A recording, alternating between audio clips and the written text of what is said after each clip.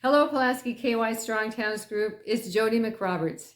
In this video, I want to give you a brief overview of the video we watched last week at our Pulaski KY Strong Towns meeting, and it's entitled A Brief History of Urban Development.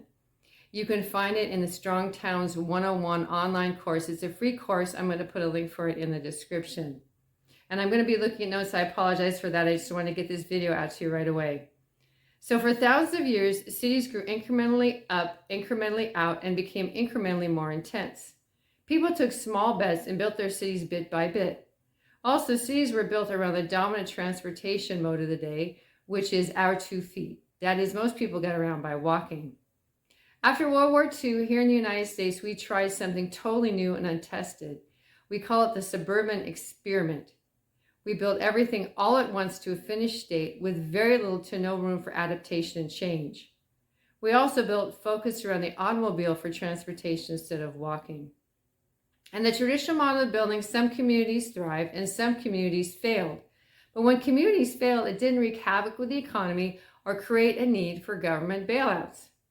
And for the places that thrived, there was a natural pressure to redevelop and to build better.